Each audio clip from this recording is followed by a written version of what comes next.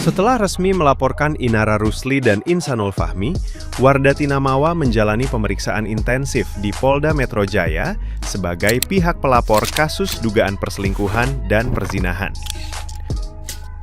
Mawa mengungkapkan harapannya atas masalah yang merusak rumah tangganya selama 7 tahun. Ia secara terbuka menuntut itikat baik dari Inara Rusli, mengharapkan pengakuan bersalah dan permohonan maaf yang tulus, karena Inara dianggapnya telah merusak pernikahannya.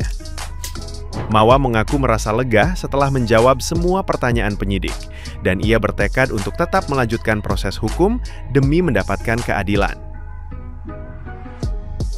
Mawa juga menegaskan bahwa setelah urusan hukum ini selesai, ia sudah bulat memutuskan untuk berpisah dari Insanul Fahmi dan akan segera menggugat cerai. Mawa menambahkan, bukan hanya Inara yang merasa tertipu, melainkan dirinya juga menjadi korban penipuan. Ia mengungkapkan Fahmi selalu menutup-nutupi hubungannya dengan Inara dan sering berjanji tidak akan pernah berbuat jahat seperti selingkuh atau berzina. Mawa meyakini bahwa terungkapnya bukti perselingkuhan melalui rekaman CCTV adalah bukti kuasa Tuhan atas kebohongan Fahmi. Sejauh ini setelah adanya laporan dan segala macamnya ini gitu, ada nggak sih dari pihak Inara atau dari pihak Haris datang untuk minta maaf atau segala macam? Untuk saat ini sampai sekarang belum ada permintaan maaf sepatah kata pun yang keluar dari mulut beliau, mulut KHIR. Harapan saya adalah dengan adanya bukti yang udah saya kasih penyidik dengan tindakan perbuatan yang sudah mereka lakukan, dan saya harapannya mengakui kesalahan dan memohon maaf kepada saya dengan hati yang sangat tulus. Karena itu buktinya udah sangat jelas dan saya hanya ingin ada itikat baik dari beliau.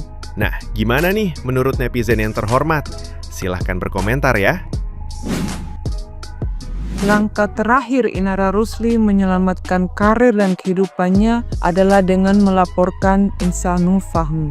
Sebagai perempuan yang merasa dibohongi dengan status pernikahannya Insanul Fahmi, Inara Rusli berusaha memulihkan nama baiknya dari citra persinahan seperti yang dilaporkan oleh istri sah Insanul Fahmi. Insan dilaporkan neng kantor polisi sama Inara Rusli. Nah, tiba insane sing dilaporkan. Tapi kita sopo tiba-tiba kayak gue nggak sing video nih gitu. Rumah aku nggak di cross check di saya bener gue pertanyaannya. Nggak di cross check di saya. Pada lagi lo bisa ada video nih yang bener-bener gue. Walah bus. Jangan bener-bener di luar prediksi BMKG. Tiba insane sing dilapor nih. Walah. Ternyata Mawa sudah melaporkan semua kasus diduga perselingkuhan itu ke ranah hukum. Semua bukti-bukti yang diduga perselingkuhan itu sudah diberikan ke penyidik. Menurut pengakuan Mawa, IR ini nggak ada inisiatif untuk minta maaf sampai detik ini. Untuk Insanul sendiri, dia udah berinisiatif untuk datang ke Medan untuk menemui Mawa. Tapi dari yang aku rangkum ya, dari pernyataan Mawa ini, dia nggak mau sama sekali ketemu sama Insanul. Kabarnya setelah urusan hukum ini selesai, Mawa minta cerai. Udahlah, lagi-lagi kita berdoa aja ya. Mana yang terbaik, kalau misalkan memang cerai, ya udah cerainya baik-baik. Kalau misalkan memang masih lanjut, ya udah kita doakan semoga rumah tangganya sakinah mawaddah warahmah. Wah, sepertinya Insanul Fahmi ini bener-bener cinta banget sama Inara ya. Karena menurut berita yang beredar, Insanul ini sampai mendatangi rumah Inara Rusli dan bersujud serta minta maaf gitu. Mungkin minta maaf karena telah berbohong tentang statusnya dia. Atau mungkin minta maaf dan bersujud minta tidak dilaporkan ke polisi. Nggak tahu juga ya. Tapi kalau berita ini memang benar dan valid, berarti bisa dipastikan bahwa Insanul ini memang benar-benar jatuh cinta kepada Inara Rusli gitu. Sayangnya sebelum ketemu Inara, Insanul sudah punya istri, sudah punya anak. Apakah permintaan maaf dan sujud dari Insanul ini akan meluluhkan hati Inara Rusli sehingga mereka tidak jadi berpisah, lalu melanjutkan pernikahan siri mereka? Kalau dilanjutkan, otomatis Insanul harus menceraikan istri pertamanya, si Mawa. Ya, semoga yang terbaik aja buat mereka bertiga ya. Baik Mawa, Insanul, ataupun Inara bisa mendapatkan solusi terbaik atas permasalahan mereka.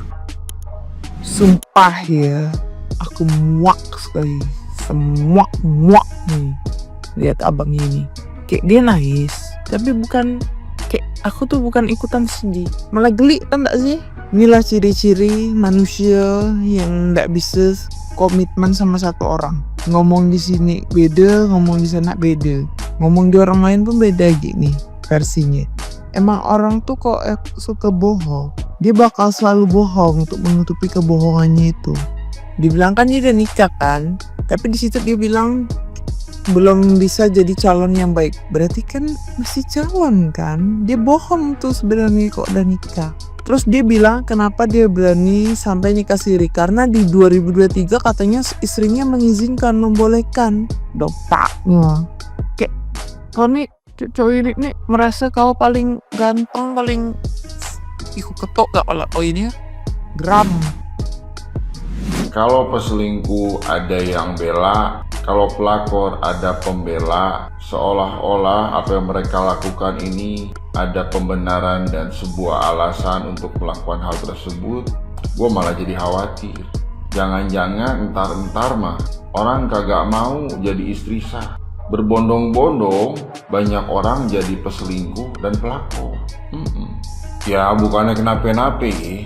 Kalau peselingkuh dan pelakor ada yang bela, seolah-olah apa yang mereka lakukan ini adalah hal yang benar. Seolah-olah alasan mereka melakukan menjadi sebuah pembenaran. Hal tersebut bisa berpotensi memicu meningkatnya jumlah populasi pelakor dan peselingkuh, namun menurunkan jumlah populasi istri sah. Ya masih iye, udah istri sah populasinya menurun, tidak terlindungi dengan baik pula. Ini konsepnya biji manis. Ya saran gua mah peselingkuh dan pelakor itu dimasukin aja ke penangkaran biawak biar bisa dikarantina gitu, agar tidak mengkontaminasi rumah tangga yang kondisinya baik-baik saja. Jangan sampai peselingkuh, pelakor dibebas liarkan, karena berisiko tinggi akan menjadi wabah nasional, bahkan mungkin saja menjadi bencana nasional. Ya masih gara-gara peselingkuh dan pelakor nanti satu negara di lockdown, kan kagak ada lucu-lucunya acan gitu. Masih ingat nggak waktu Iksan minta bahwa untuk menerima Inara untuk menjadi istri poligaminya? Kayaknya kalau gue nggak salah nih ya, si Iksan itu bilangnya gini, si kakak ini mau masuk dalam kehidupan kita. Saya buat sih ini soal si Mawa itu tuh mesin bodoh-bodohin. Itu salah satu kekurangannya Mawa, dia itu terlalu nurut sama suami. Bukannya istri itu harus nurut sama suami, emang istri itu harus nurut sama suami, tapi kalau suami itu masuk akal gitu. Kalau nggak masuk akal ya masa dipurutin sih. Katanya Iksan, Inara tuh bilang Mawa itu parentingnya bagus, makanya dia itu cocok untuk jadi apa? Kok dia nentuin gitu kan, kok itu kali gitu, emang ini yang istri tua yang mana, istri muda yang mana ya sih. Mereka tuh seolah-olah kayak cari babysitter, tau gak sih kalau ngomongnya kayak gitu. Makanya itu gue curiga, tau gak, jangan-jangan nih si Nara itu mau cari babysitter sebenarnya, cuman dia gak mau ongkos loh.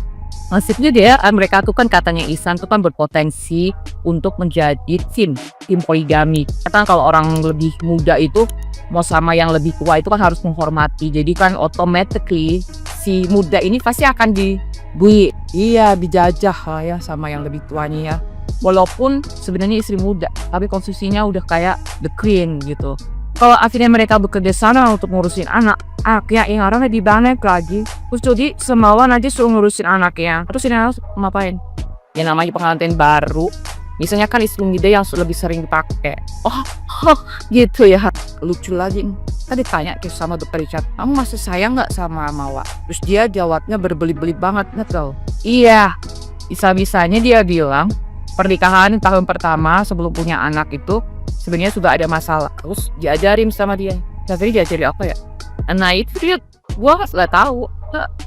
Diajarin punya anak mereka. Nah itu mungkin diajarin itu biar bisa punya anak kan.